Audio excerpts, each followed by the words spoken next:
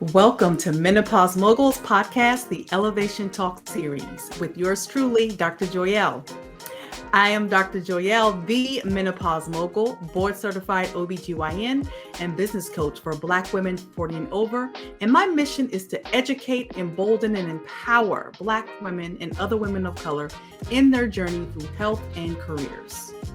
This is a space for Black women and other women of color to share their compelling trials and tribulations in their health and or in their careers and businesses. This is where we recognize the humanity of Black women and show how Black women continue to elevate despite midlife challenges and changes. Hello. Welcome back to another episode of Menopause Moguls. It is your host, Dr. Joyelle. Hey, y'all. How y'all doing? We are now into Women's History Month. Happy Women's History Month, Women's Month. Thank you for tuning back into another episode. Thank you for, again, watching and listening. I just wanted to remind you to, if you have not subscribed yet, please subscribe to my YouTube channel. As well as on Apple Podcasts. Leave a comment, show me a like, leave a review on Apple Podcasts, because the more you share, like, subscribe, all the things, more women are able to see this content. Today, I wanted to talk about the clarity you get in brain fog. Interesting, right? The clarity you get in brain fog. And I wanted to talk about brain fog, dementia, because I know dementia is a legit fear for women, especially those who experience brain fog as they are entering perimenopause, menopause, and beyond. And what kind of sparked this also was the Wendy Williams story. I don't know if you all have been following that. There was a Lifetime documentary that came out. She revealed that she has frontotemporal dementia with aphasia. I did not watch the documentary. I just saw a couple of clips, and it was hard to watch. It was hard to watch. I don't know if you've watched it. If you have, let me know. Tell me what you think. I don't think I want to watch it, to be honest, but I do I pray for her and her family as they navigate through this diagnosis. But I, again, wanted to talk about brain fog versus dementia, because I know dementia is a legit fear for women when they are experiencing things like forgetfulness and memory loss as they are navigating through their menopausal transition. And I just remember my own personal experience, right? There was a day when, in my early stages as far as perimenopause, there was a day I was ordering something. I don't remember, it was on Amazon, something. And it wasn't on Amazon, it was something else, but I had to put in my address. And I could not remember my address at that moment. I could not remember it, y'all. I was like, what the hell? That was a very scary moment. It did come to me. I don't know, maybe a minute later, but there was a moment where I did not remember my address, y'all. Like, what? Like, can you just imagine? Right? Like, just imagine that this is something that you put in everywhere, right? That right? This is where you live. And I could not remember my address to put into, for the shipping. So that moment was very scary. But knowing that what I know, right, with brain fog, and what I want to share with you all, when you have these moments, especially in the early stages of your menopausal transition, brain fog is temporary. Okay. Now, when I say temporary, I don't know how long temporary is, y'all. So don't hold me to, it's only going to be for a few months, or maybe 6 months, maybe a year, then you snap back. I don't know, y'all. I don't know how long temporary is. And the thing with me personally is that I can say that, my forgetfulness, um, the times where I go into a place in my house and go to get something, and when I get there, I totally forgot what I was going for. Have y'all experienced that? Yeah, I've experienced that a lot. And that did get better. However, I developed, after my post COVID, um, time in 2022, I developed, as you know, long COVID, and brain fog has also been associated with long COVID. So lucky me, right? So I continue to experience brain fog. And um, so I know brain fog is real. Midlife brain fog is real. But there is some clarity that you can get from brain fog that I'm going to talk to you about in a few minutes. But just to kind of give you um, some differences in regards to dementia versus brain fog. Now, dementia, like I said, dementia is basically an umbrella term, right? So just to give you a little bit of statistics, in the US, there's roughly 6 million adults 65 and over with Alzheimer's disease. Alzheimer's is the most common form of dementia. Almost two-thirds of them are women, right? So women are more common to develop Alzheimer's disease. And the thought was because women live longer, they're more prone to developing Alzheimer's disease. And now there's new research out looking at how menopause impacts that and how menopause can also be a factor for women developing dementia and, forms of dementia like Alzheimer's, which again is pretty scary. And this is different from what Wendy Williams has. Wendy Williams has frontotemporal dementia, which essentially affects the frontal and temporal lobes of the brain, as opposed to Alzheimer's, which affects most of the brain. So Wendy Williams is 59 years old. So this is something that, um, Alzheimer's usually affects those who are 65 and over, but there are instances where there is something early onset dementia, and that can be influenced by genetics, family history, and things like that, that can make someone prone to that. But when we're thinking about brain fog versus dementia, brain fog, you have the forgetfulness. You walk into a room and you wonder why you went there in the first place. You may forget a few words. You have difficulty in concentrating. And of course, all of that can be scary. All of that affects you being productive in your business, productive at your place of work, in your career, which again can be frustrating and scary all at the same time. But again, like I said, brain fog typically is something that is temporary, doesn't last. Let's just say doesn't last forever, as opposed to dementia or Alzheimer's disease, which is more of a progressive disease that actually develops more into confusion with time and place, problems with words and speaking, not able to engage in social situations, your personality changes. And this is a progressive thing. And all of these things impact your daily living.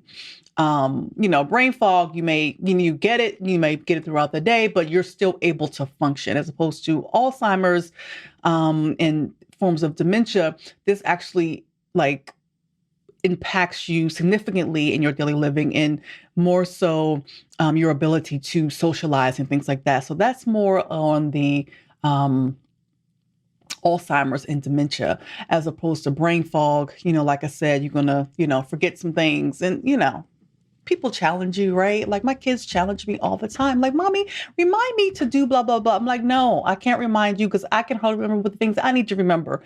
You need to remember you have a younger brain. Do your kids do that to you? I'm like, why do you? I have enough to remember, right? And that's what we also have to take stock in regards to developing, if you do develop brain fog. Now, not everyone has brain fog. when it comes to perimenopause, menopause. Not every woman would develop brain fog, and not even though more women are more common to have Alzheimer's, and there is potential connection with dementia in menopause. That does not mean like most menopausal women will develop Alzheimer's. That's not what we're saying here. And it's not true, right? As research does not show that. It does show that there are changes when our estrogen levels are declining. There are changes in our brain that affects our cognition and our memory and things like that. However, it requires more of an adjustment. It leads into more of an adjustment. And you have the brain fog, period of brain fog, and then you're able to kind of get back to how you were before. However, if there's something dementia and Alzheimer's and things like that along those lines, it's more a progressive thing. But so just to be aware of that. But going back to how brain fog can actually give us clarity. If you are someone who has brain fog in these midlife years, it is an opportunity for you to check in with yourself, which is what I do a lot because of my brain fog now associated with long COVID. And that checking in can give you just clarity moving forward of what you need, what your body needs, and how you can get those needs met in order to show up and do the things that you actually want to do, right? So even though the changes that occur in our brains, in our midlife brains, as our estrogen, our hormones are changing, our estrogen levels are declining, there are also other things that impact our brain. Like our brain is working all the time, right? Like I said, as a mommy, I'm always thinking about something. I'm always trying to remember something, and we're working and we're taking care of parents and we're doing all the things. Our brain is on 100 all the time. So when we develop brain fog, and yes, there's hormone changes that are happening. There's also other things in our life that can affect our brain fog and worsen our brain fog as we are moving forward, that we need to be mindful of and be aware of and check in with ourselves in order to figure out what we can do to address those things so that we can minimize our brain fog. So when you have brain fog and you notice it, right? You have to ask yourself, okay, what do I need right now? Right? That goes back to that question of what do I need right now? I'm having brain fog, I'm having a moment. Do I need more rest? Do I need let me just go back. Resting, sleeping is so, so, so important. I'm going to do another episode, a separate episode in regards to the importance of sleep and how sleep affects so many things, so many body systems that we really need to hone in on. But sleeping, do I need more sleep? Do I need more rest? Do I need to take a break? Do I need to challenge myself more? So, for me, I am very intentional on just doing new things, whether it's a puzzle. I love puzzles. And matter of fact, I need to buy me another puzzle, like, those like 1,000-piece puzzle, 1,500-piece puzzles. I love doing that. But things that challenge, things that you enjoy or spark your interest that can challenge your brain. So having that actually helps to minimize or correct brain fog. And like I said, resting is also important. Exercising, your brain health in general responds to your exercise and what you are ingesting. So your diet or your eating eating things that are high with antioxidants, like your vegetables, to help counteract those things that happen in our brain just with aging, right? Aging is also comes into play, not just menopause, but just aging in general. Even outside of menopause, there are changes that happens in our brains just with aging, that you can also kind of counteract with what you're eating, how you're exercising, things like that. So that's also very helpful in regards to help boost your cognitive skills, your memory, and all those good things when you're doing those things. But also, avoiding, things, smoking, drinking excessive alcohol. Like, I'm not trying to, I like a glass of wine here and there, y'all. So don't get me wrong. But doing those things excessively can also impact your brain health. But also, and I've mentioned this in other episodes, taking that time just to be still, whether it's meditating, practicing mindfulness, all of those things help our brain health and ultimately counter, minimize or lessen the frequency or the impact of brain fog. So when we're these things, all of these things, exercise, eating more veggies, eating more plants, sleeping, and stress management, like meditating and things like that, all of that helps with minimizing our brain fog, and at the same time giving us clarity on the things that we want to do. Because once we're doing all of that, then obviously that lessens our brain fog, gives us more clarity of what we want, what we need moving forward, whether it's in our business, whether it's in our career, or just in general, right? Also, with our brain fog, being just engaged socially, the relationships. So the things that I mentioned before, being mindful of what you're eating, your exercise, if you need more rest, those checking in, that's a relationship that you have with yourself, but it's also a relationship that you have with others, can also impact your brain fog. So keeping that in mind also is important. And when you start to see a shift, whether things are worsening or you get to a point where you feel really confused and just out of sorts, and you're not able to socialize, things like that, definitely something that you need to speak with your physician about, to just kind of explore that more, to see what is going on, if it's just brain fog or something else going on. So that is what I wanted to share, because again, I know, when this Wendy Williams story came out, and the dementia is such a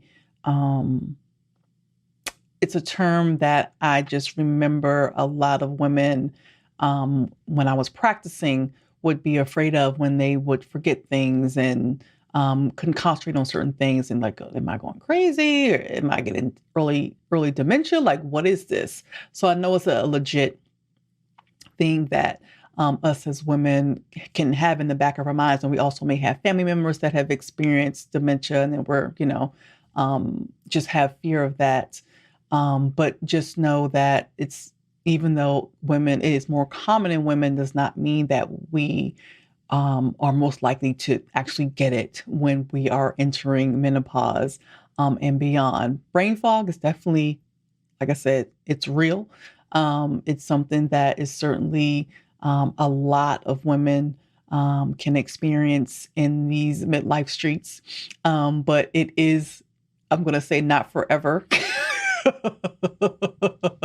But there are lots of things that you can do to help minimize the impact of the brain fog as you're trying to do things like building businesses and doing big and scary things, as you are, just pivoting or doing something different in these midlife years.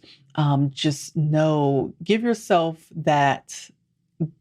make it an opportunity for you to check in with yourself when you do notice the brain fog, instead of beating yourself up and getting frustrated, because that actually worsens your brain fog when you go into a place of getting really anxious about it and uh, frustration and anger and all those things that actually can worsen your brain fog. So just giving yourself the space to take a step back and take a moment. If you can't remember something, just give yourself a moment, give yourself grace, obviously, in that moment, to remember whatever you have to remember.